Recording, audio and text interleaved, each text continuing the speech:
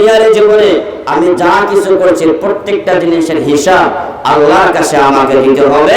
তাহলে বলেন তো পৃথিবীর কোনো মানুষ আর নাফরমানি করতে পারবে না, আল্লাহর অবাধ্য হতে পারবে না, বেনামাজি হতে পারবে না, গুন্ডামি করতে পারবে না, সন্ত্রাসী বদমাইশি করতে পারবে না।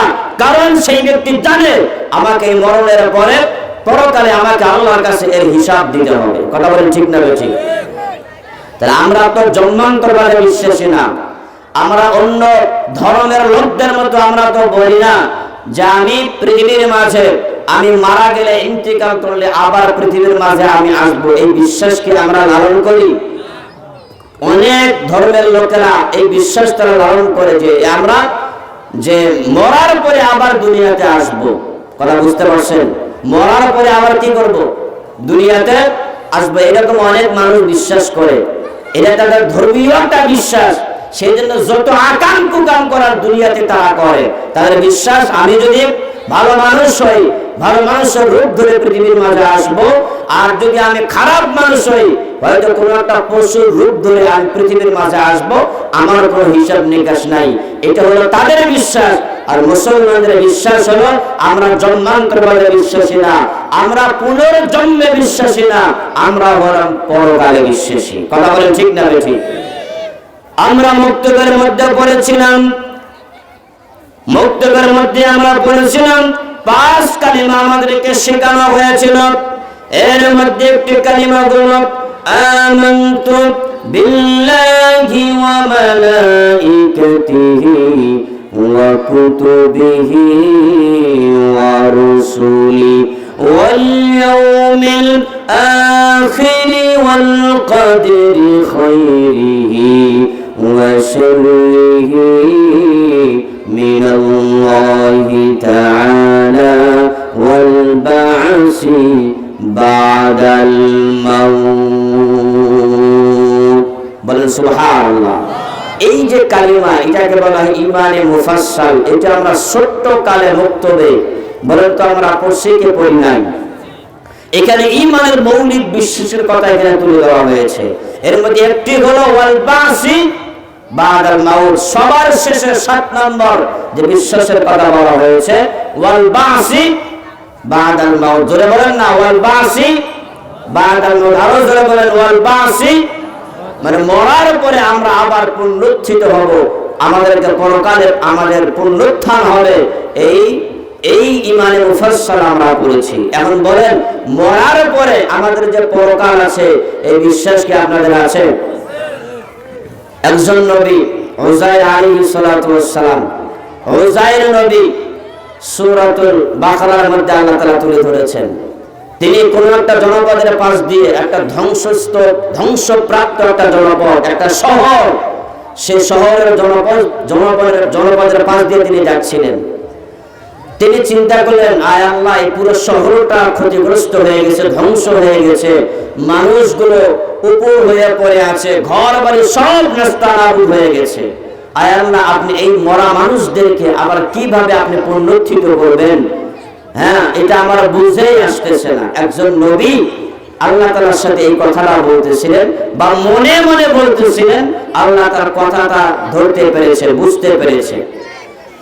এরপরে আল্লাহ রাব্বুল আলামিন উযাইরকে বললেন, উযাইর, আমি আল্লাহ তোমার সৃষ্টি করেছি, জীবন দান করেছি, আবার আমি আল্লাহ তোমারে মরণ দেব, মরার পরে আমি আল্লাহ আবার তোমারে পুনরুজ্জীবিত করব, পুনরুত্থিত করব। এই ব্যাপারে কি তোমার ধারণা বিশ্বাস হয় কি হয় না? উযাইর নবী তারপরে বললেন, আয় আল্লাহ, এই ধ্বংসপ্রাপ্ত মানুষদেরকে কিভাবে আপনি আবার পুনরুত্থিত করবেন, আবার পুনরায় জীবন দান করবেন?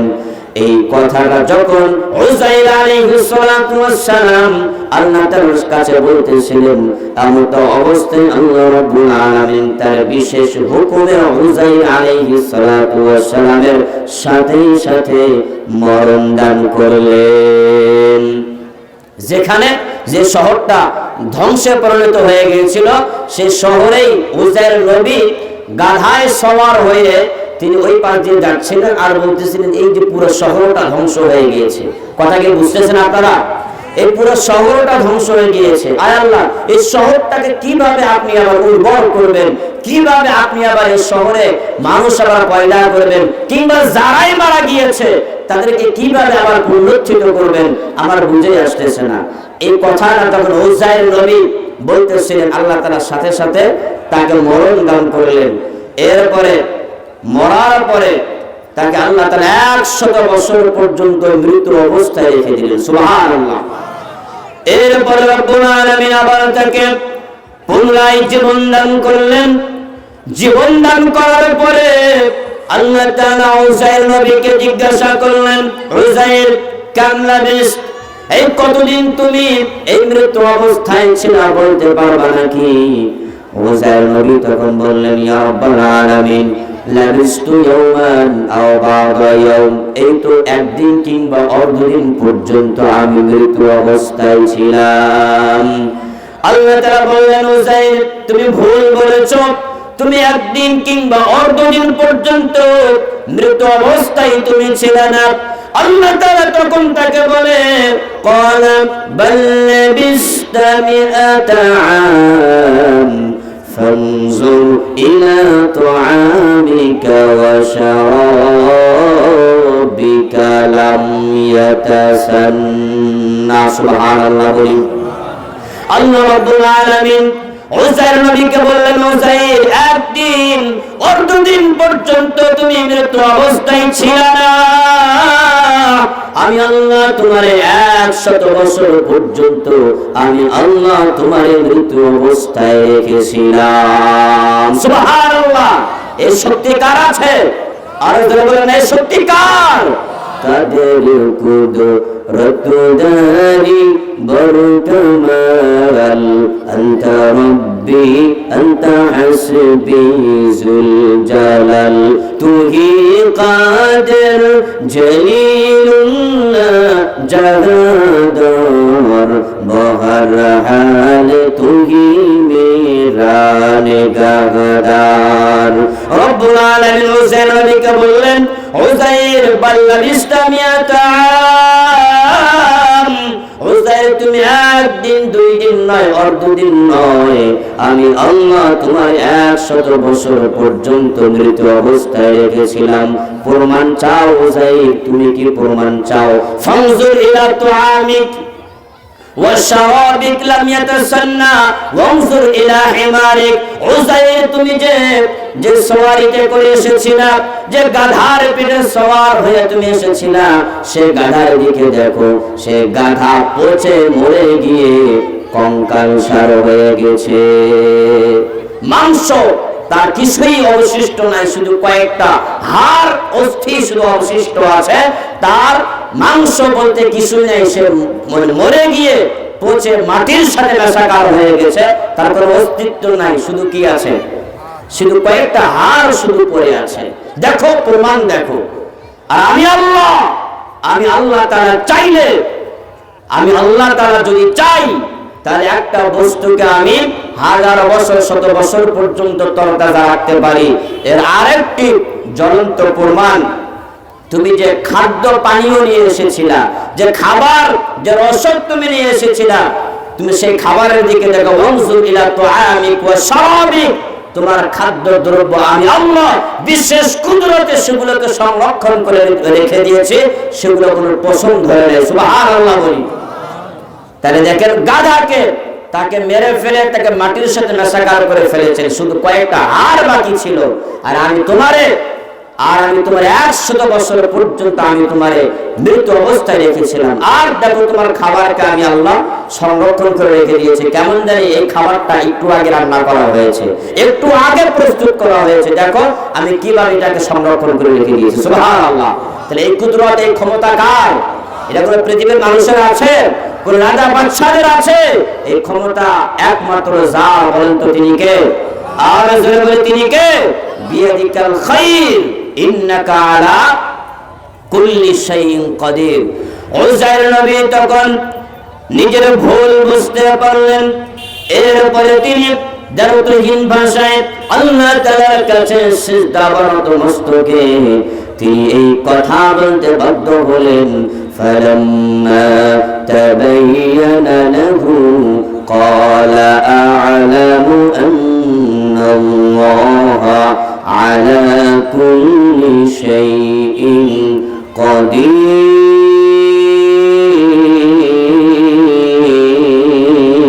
قدير بول الله أكبر কার কথা আল্লাহর কথা শুনতে ভালো লাগে কি লাগে না আর জোরে বলেন ভালো লাগে কি লাগে না তোমার নামে যদি গান গাওয়া হয় গান সুন্দর হয় তোমার প্রেমে যদি গান গাওয়া হয় গান সুন্দর হয় তোমার সৃষ্টি পানে যদি চাওয়া হয় চোখ সুন্দর হয় তোমার নামে যদি গান গাওয়া হয় গান সুন্দর হয় আল্লাহর নামে গান গাইলে ভালো লাগে কি লাগে না আর দরবার লাগে কি লাগে না তাহলে বলতেছিলাম হুসাইন নবী বুঝতে পারলেন যে আসলে এই কুদরত এই ক্ষমতা মানুষের নয় এই ক্ষমতা কার আর দরবারের কার ঠিক এই রকম ভাবে আরেকজন নবী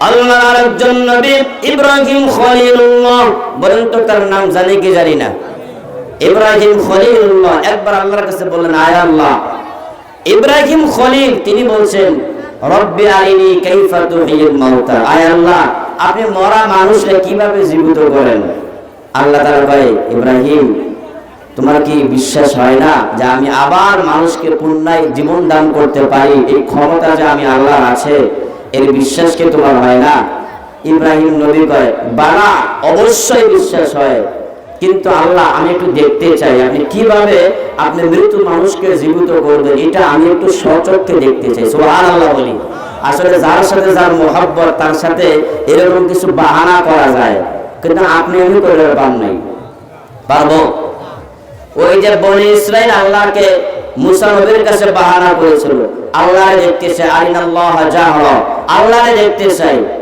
আল্লাহরে দেখতে চাও আল্লাহর দেখার কি সে শক্তি আল্লাহকে দেখার কি সে কাজ কি তোমরা করেছো তারা বলেন মানে ওরা তো বেখাউস ছিল বদমাশ ছিল মানে আল্লাহর ইবাদত বন্দেগী করতো না এমন এমন আবদার করতো যে আবদার গুলো মারার মতো ছিল না কথা বুঝতে পারছেন এজন্য সবার আবদার সবার কাছে করা যায় না আবার সবার আবদার গ্রহণ করাও যায় না কথা বল ঠিক না বেঠি এখন ইব্রাহিম নবী আল্লাহর কাছে আল্লাহ আপনি কিভাবে আপনি মরা মানুষের জিন্দা করেন এটা আল্লাহ আমি একটু সচক্ষে দেখতে চাই কয় তোমার কি বিশ্বাস হয় না যে আমি মরা মানুষকে আবার জিন্দা করতে পারি তো ইব্রাহিম নবী কয় হ্যাঁ আপনি অবশ্যই আমার বিশ্বাস হয় কিন্তু আমার একটু দেখার ভরসা আল্লাহ রাব্বুল আলামিন ইব্রাহিম নবীকে বললেন ইব্রাহিম ফাখুয আরবাআতাম মিনাত তায়র ইব্রাহিম তুমি তোমার পছন্দনীয় চারটা পাখি তুমি গ্রহণ করো চারটা পাখিকে ধরো চারটা পাখিকে ধরে সেই চারটা পাখিকে তুমি জবাই করো জবাই করার পরে সেই পাখির গোশতগুলো সবগুলো একসাথে করো মেশাকার করো মিশ্রণ করে ফেলো সেই গোশতগুলোকে একসাথে করার পরে ওই গোশতগুলো বিভিন্ন পাহাড়ের মধ্যে তুমি রেখে দাও তারপরে তুমি ওই গোশতগুলোকে এমন ভাবে মিক্স করবা যেন নিজেই তুমি পার্থক্য করতে না পারো যে কোনটা এই পাখির গোশত আর কোনটা ওই পাখির গোশত এমন ভাবে মিক্স করো কথা কি বুঝতেছেন আপনারা এমন ভাবে গোশতগুলোকে মিক্স করো যেন তুমি নিজেই পার্থক্য করতে না পারো কোনটা মুরগির গোশত আর কোনটা সহি পাখির গোশত আর কোনটা হাঁসের গোশত পার্থক্য যেন করতে না পারো কোনটা ময়ূরের গোশত কথা কি বুঝতেছেন এমন ভাবে মিক্স করে ফেলো এরপরে মিক্স করার পরে সেই গোশতগুলোকে বিভিন্ন পাহাড়ের পাদদেশে রেখে দিয়ে আসো তারপরে সেই পাখিগুলোকে যেই পাখিগুলো তুমি জবাই করেছো সেই পাখিগুলোকে আমি আল্লাহর নাম নিয়ে সেই পাখিগুলোর নাম ধরে ধরে ডাকো দেখো যেই পাখির যে অংশ যেই পাখির যে গোশত যেই পাখির যে ডানা যেই পাখির যে রক্ত যেই পাখির যেটা আছে সব কিছু অটোমেটিক আমি আল্লাহর হুকুমে আমি আল্লাহর বিশেষ কুদরতে সব কিছু যার যার মতো একসাথে হয়ে তোমার দিকে উড়ে আসবে সুবহানাল্লাহ বলি ইয়াতিনাকা সাইয়া কোন পাখির গোশত কোন পাখির গোশত ভুলে অন্য পাখির কাছে যাবে না। যে পাখির গোশত ওই গোশতটা সেই পাখির কাছে আমি আল্লাহর হুকুমে চলে আসবো। সুবহানাল্লাহ বলেন। তার মানে আমরা যে পরকালে বিশ্বাসী এর মধ্যে কোনো সন্দেহ আছে? আল্লাহ যে আমাদেরকে পূর্ণায় জীবন দান করবেন কোনো সন্দেহ আছে? আর কোনো সন্দেহ আছে? তা আমরা যদি পরকালে বিশ্বাসী হই, পরকালের কাজ করা আমাদের দরকার আছে কি নাই?